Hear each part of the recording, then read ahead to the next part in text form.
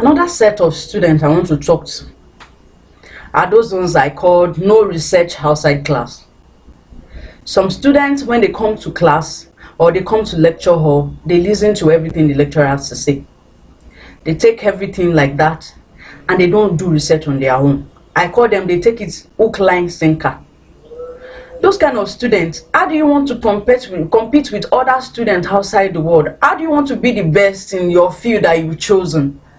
When you don't make research, there are online videos there you don't watch online YouTube videos. Most of those topics you're always complaining you don't understand, grumbling and all, they are available online. Some people have taken it upon themselves to put all those things down in a video so that you can watch, and they make life easier for you. They simplify it for you, show you all those steps. You're supposed to read outside your material. The fact that your lecturer has given you a particular material does not mean you should not read outside of that. You now see some students, all they know how to do is to memorize everything, cram word for word and pour down. Yeah, there are some courses that requires that, yeah, we know.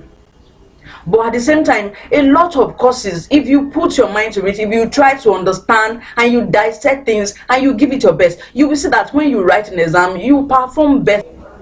Another kind of student I want to talk to is those ones that love city information.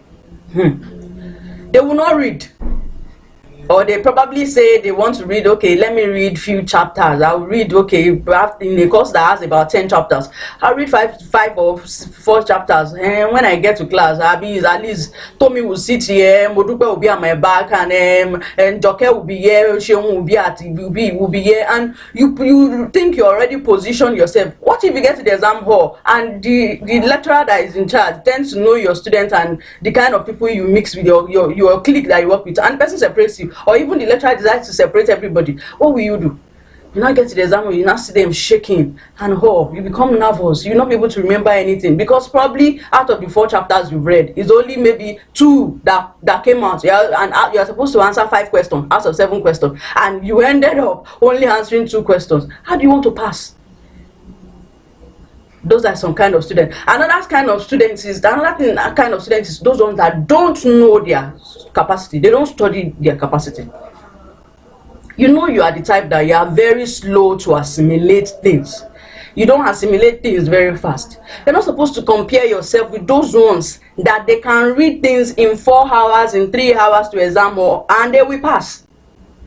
Someone like that, once you are into the 3rd or the 4th week, you're supposed to have started picking your material, start reading, solving past questions, go for a class discussion if you feel it works for you and it's helpful. Look for people when you don't understand something, meet students, let them help you. You have to understand your capacity as a student. You cannot keep comparing yourself with other people. It's not done. You have to understand your capacity. You can't compare yourself with anybody. If you do that, you will fail.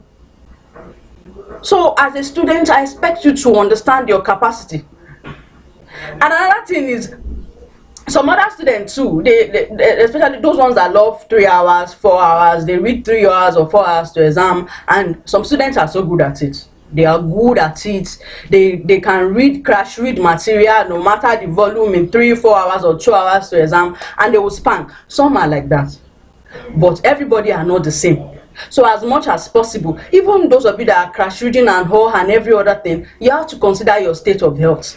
Some of those things you are crash reading, as good as you are, if you can put your mind to read and you can start reading them, maybe like from the 6th, 7th week, start preparing very well. For those of you that love to crash read, you don't like spending much time on reading and all, if you read from like 6th to 4th to 6th week, 7th week down, plus the fact that you know you can cover a lot of things, don't you think you will even do exceedingly well, more than the way you have been doing before?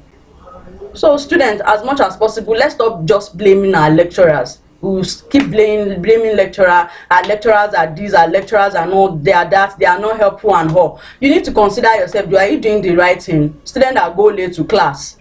Yes, I'm laughing.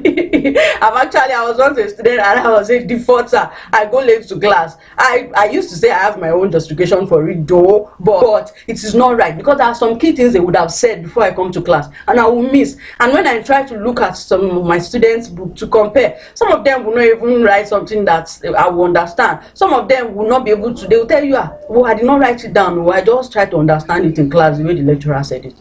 So as much as possible, students, let's take our time. So I want you to enjoy your day. So take things easy as a student in your exam, be you are in the beginning of the semester or whichever section, the beginning of semester, middle, or at the end of the semester. Try to take things cool, take it calm.